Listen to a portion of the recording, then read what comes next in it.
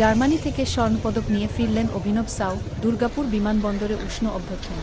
Durgapur, ২৮ June, জার্মানির সুহলে অনুষ্ঠিত ISSF junior বিশ্ব চ্যাম্পিয়নশিপ ২০২৬ স্বর্ণপদক জয়ী তরুণ শুটার অভিনব সাউ দুর্গাপুর বিমানবন্দরে পৌঁছালে তাঁকে উষ্ণ অভ্যর্থনা জানানো হয়।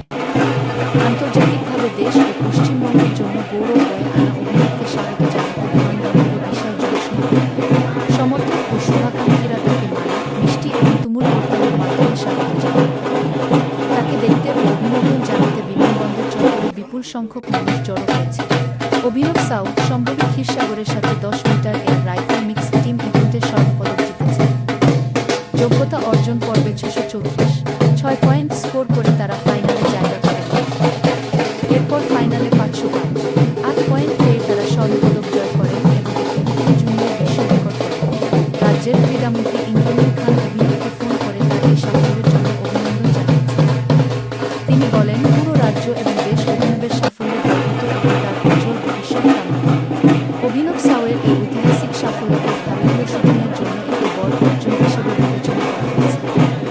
তার অসামান্য পারফরম্যান্স আন্তর্জাতিক মঞ্চে ভারত ও পশ্চিমবঙ্গের জন্য আবারও গৌরব বয়ে আনছে।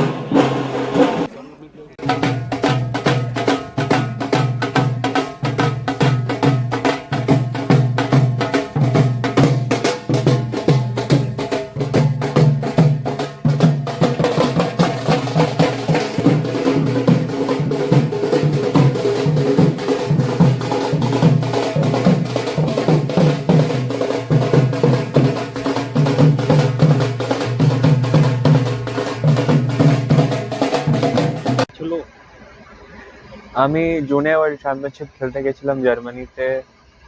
আর ওইখানে আমি মিক্সড টিমে গোল্ড জিতলাম ওয়ার্ল্ড রেকর্ড করে।